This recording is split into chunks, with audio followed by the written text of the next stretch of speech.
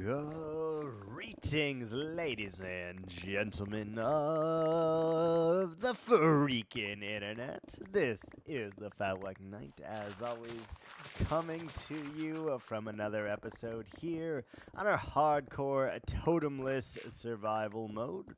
Wait, world, not mode. Damn it, messed up the intro. Okay, anyway, we're keeping that in because I don't feel like doing an edit at this point in time, and now I just have to address that, and now we've gone down a rabbit hole. Anyway, welcome. Hope everyone is doing well. Today is going to be much of the same. I am going to use you guys as a little bit of a therapy session for myself as we make some progress here in our Minecraft world. This world and my YouTube as a whole kind of and probably always will be a source of therapy sessions for myself. It's really nice to be able to air things out into the world, to collect my thoughts, and I do make a few notes here and there of things that I want to talk about, but most of the time I just wing it off the tip, and I usually have a lot to say. Not because I am thinking a lot or anything like that, but simply there are things that disrupt me, that interrupt me, that cause me grief, that cause me happiness, sorrow, depression, whatever you may feel at any given time. And I often have these precursors that just sprawl about a new way of thinking about things and talking, and I just like to address them. It's what I do. It's what I've done for 13 years since I started this channel, which is crazy to me, but it's what I've done for 13 years, even though I was absent for like 7 of those years. It's what I did. And it's kind of nice, but it's also kind of, I don't know, je ne sais quoi. It's kind of weird, probably. To normal people, they probably just take their inner thoughts and take them, confining them into something else. For me, that's not the case. I just like to channel them into something creative, something to put out in the world, even if not a single person watches it. And if that happens, it is 100% a-okay. This is purely for me. It's cool whenever you guys watch and everything like that. However, this is literally for me. It's just my way of kind of dealing with the world around me. Once a week, spending that time, that energy on just channeling my thoughts and trying to get things in a working order in my life. And that's just what we do, what we go on through, and that's how it is. So today, I wanted to give you guys a little bit of an update on my life and the things that are happening within it. First and foremost, I have been channeling a lot of positivity in the world. I've been putting out far more than I ever have before, and just making myself try to be okay. And that's a weird thing to say, but I'm just making myself okay. I'm taking the challenges as they come from day-to-day life and trying to make the best possible situation or scenario out of that situation. And in doing so, I'm hoping that it makes me just a little bit brighter, a little bit more fun to be around, because I know that my depression can get in the way often of that. And I would say at many times I am ostensibly 2 different people. I am the one that is the me that is not clouded, and then I am the clouded one of my same person. And it's weird, but I feel like anyone that has the same thing would understand exactly what I mean and where I'm coming from. We have to put forth a lot of energy into the world, especially as in your work, when you have to deal with a lot of people every single day on a daily basis, dealing with a lot of people can put a drain and a strain on your mental health, the instability of it, as well as just how things come to be in the world. To me, this is a very difficult thing because I just don't know. I don't really understand the overwhelming facets of it, and I never will, just because there's so much, there's so many things that coincide with it that it is really hard to accurately depict, to explain what is going on, as well as to just make it in a way that people can understand and relate to you if they've never experienced anything like it in themselves, which is a very, very difficult thing to do. It is. So I've been trying and channeling this positivity in my life here. What I mean by that is simple things.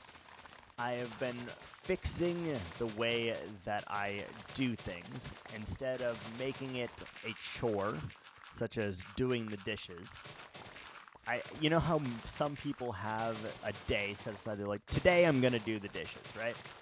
Because they've let the dishes pile up for days and weeks on end, and now not only do they not have a single clean dish left in the house, but there's also a mountain of dirty dishes that are taking up and occupying the kitchen, the bed, the countertops, the desk, whatever it may be. They're just occupying that space, as well as the sink, obviously. And it's just a chore. You start to look at it as that, a chore. You start to look at it as if, this is going to take me forever. There is 50 dishes here just laying around because I didn't take the time to put them away in the first place. Now, as a result, I have to spend 45 minutes to an hour trying to complete this task. And even if I am able to achieve this task within that given time parameter, guess what? We might still have more to do, because if you just put them out to be dried, guess what? Later you have to put them away. If you put them in the dishwasher, guess what? After the cycle goes away, like an hour later from when you started it, then you have to put those away as well. So either way, you have a step thereafter than just doing the act, right? Either way, you have a step after, and it's hard to accomplish. Me, I have been doing something very different. And it sounds very minute, but it is something that I believe is fully working for me. And it's helping me to keep not only my thoughts clear, but also my kitchen and my surrounding area clean, allowing me to be a little bit more creative and also allowing myself space that I can have a clear perception of the world and what's happening in it. It's very difficult. But every single time that I get up from my desk, and I get up a lot as I play video games, I have to take the dogs out. I have to go and get water, get food, use the restroom, anything that you could possibly think of, I have to do. And that is a very, very difficult thing for me to do. However, in just taking one little thing every single time that I get up from the desk, it has allowed for a lot more capabilities. I've been able to manage and clean the apartment one thing at a time, to be honest. And I'm not saying it's completely clean at this very moment, but it is definitely much cleaner than it has been in many months. And that is giving me a little bit of brevity into my ability to thrive in this environment that I have created for myself. I think it's done its work, and it is continuing to do its work. It's also become a little bit of a habit at this point. What I mean by that is I instinctually know that when I get up from the desk, when I get up from my chair in which I'm sitting, I need to bring something to the kitchen with me. whether it's a tissue, whether it's a paper towel because I had to blow my nose or I had to wipe the desk off, whether there's a plate or a water bottle, a water cap, whatever is on my desk at that moment is something that I'm bringing with me to the garbage. Putting it away, if it is a trash item, obviously it's going in the garbage. If it's a dish, obviously it's going in the dishwasher after a quick rinse. Either way, takes me 20 seconds, maybe, to do a lot of these tasks, and I've started to make it a full-on habit now, which has made it very easy to keep the place clean. It's also allowing me just that extra space to be able to feel like I am in charge of something. I know a lot of you out there probably can understand, at least from that aspect, that to be in charge of things within your life is a huge, huge win. It is huge. It may not seem like it, but having control over tiny things in your life is a very, very valuable aspect. It allows us to keep on going so that we know what it is and how to address it. It allows us to just gain a little bit of clarity and a little bit of insight into our own minds and our own brains to help make it a little bit nicer for us. Me personally, if I am having a particularly bad mental health day, what will set me off even more is if it's not clean in my immediate area. Then instead of being able to deal with what's going on inside my brain, I have to stop, deal with my immediate surroundings first before I'm able to continue on successfully to address the mental problems of that day. The instability or the sadness that has come over me. It sounds cliche, and it kind of is. I understand that. However, I believe that it is, in fact, a good thing, and it does work kind of as I have intended it to. It has made things just so much nicer. And not even that much effort is being exerted on my part. I just try and clean something whenever I get up, take it away, and if there is nothing on the desk, which nowadays happens quite frequently, even though it's short-lived as there's another water bottle or whatever added to it very, very quickly, I believe that it has helped me to regenerate and kind of find my own sense of space within the space that I am living, which also sounds kind of crazy and far-fetched as I'm hearing it out loud, but that's okay. I believe that is absolutely okay. It's working, though. I think it is adding a lot of value, and I believe that these little habits are some way that I can gain just a little bit more control of my life when I feel like it's slipping out of my hands and out of my fingertips. The next thing that I would like to update you guys on, I don't know if it's the final, but it is the next thing. The next thing I'd like to update you guys on is I am putting in a lot more effort in at work. I kind of realized that I got complacent. I wasn't doing all the things that I knew that I wanted to do and to satisfy my OCD within the workspace.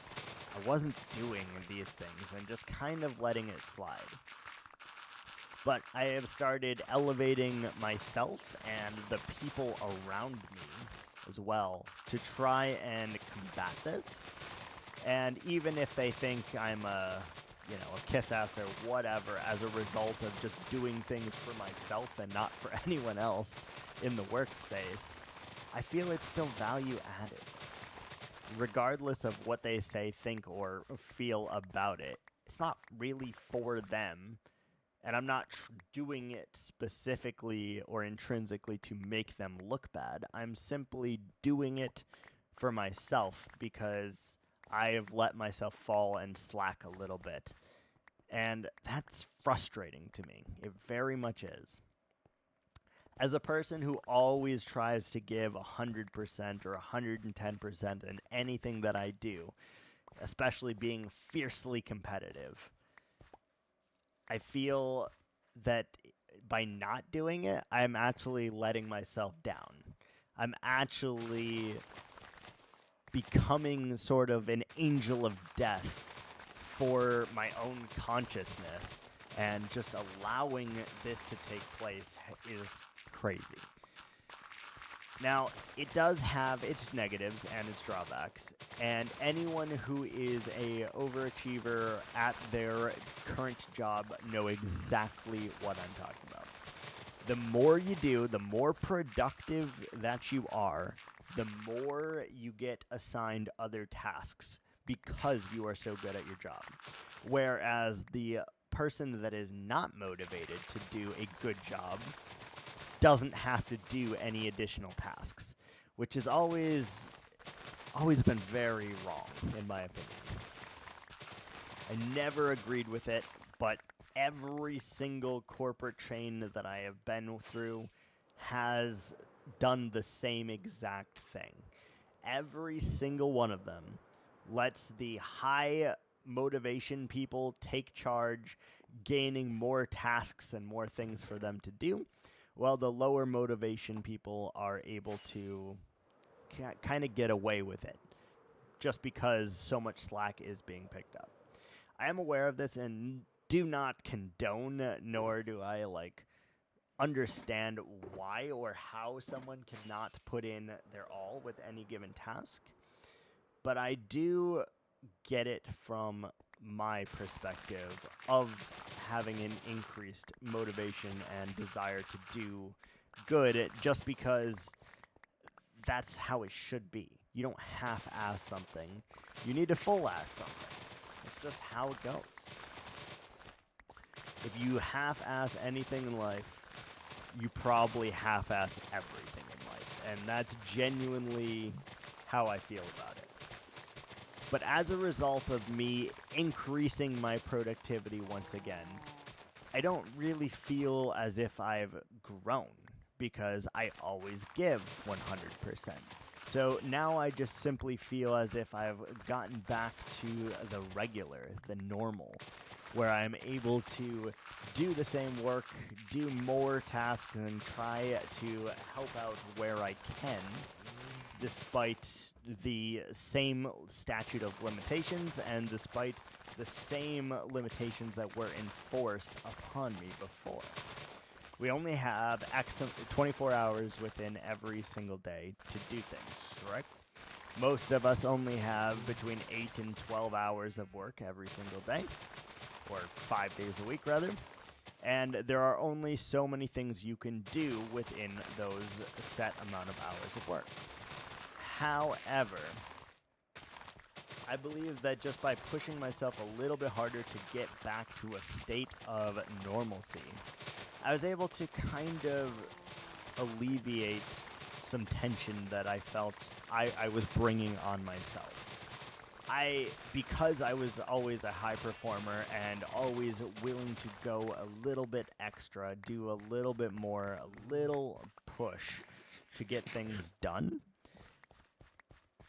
it makes other people look a little bit bad, but also I feel that I cannot do more than the 110% that I'm already giving. So I'm having to try and get creative in that aspect.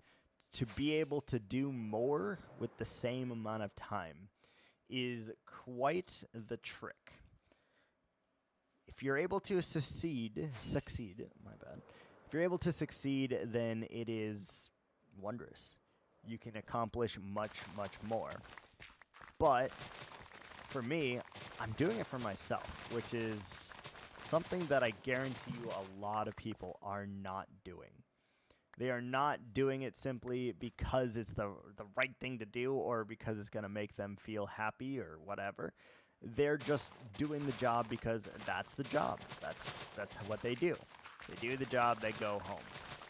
But so many people do not take that extra initiative. And it very much shows. And I know that this is like a difference between personalities. And I don't think that they are actually lazy. I simply think that they lack the motivation to achieve it. And that's understandable. You need motivation to do things, correct? Their motivation for coming to work, for example, is because they are achieving a paycheck. They're getting a paycheck, they're getting paid. Great. They have achieved their goal. But beyond that, they don't see any more. Why should I do everything that's asked of me if I'm not going to get anything more for it? What's my motivation? Well, to be honest, it's pretty easy. Your motivation is you.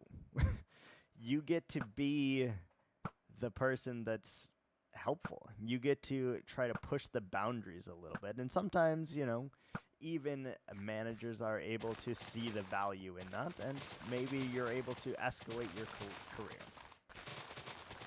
But I'm not saying to do it for them. You need to do it for yourself far more than anything. You need to find that motivation, even if it's not there. Whereas I feel some people have it ingrained in them. They just know that they are always going to try harder, and some people know, why should I try harder? Get paid the same no matter how much effort I exert, right? Well, I think it's definitely a question of character in that regard, and one that I at least try my damnedest to improve on all the time, because I don't want to be that slacker. I never will. The only issue, whenever you are lazy from a high performer, it looks like that much worse because you were doing all this extra, and then suddenly, guess what? You're not. Suddenly, your performance has dropped. Even if it's still as average, it has still dropped significantly. But that's all the time I do have for today. Want to thank each and every one of you for watching. Means the world to me. If you do, if you don't, it still means a great deal to me, as I am able to have a source to vent and to rant about whatever it is my heart content for 23 minutes about every single time. So, thank you so much for watching, and until the next episode, ciao.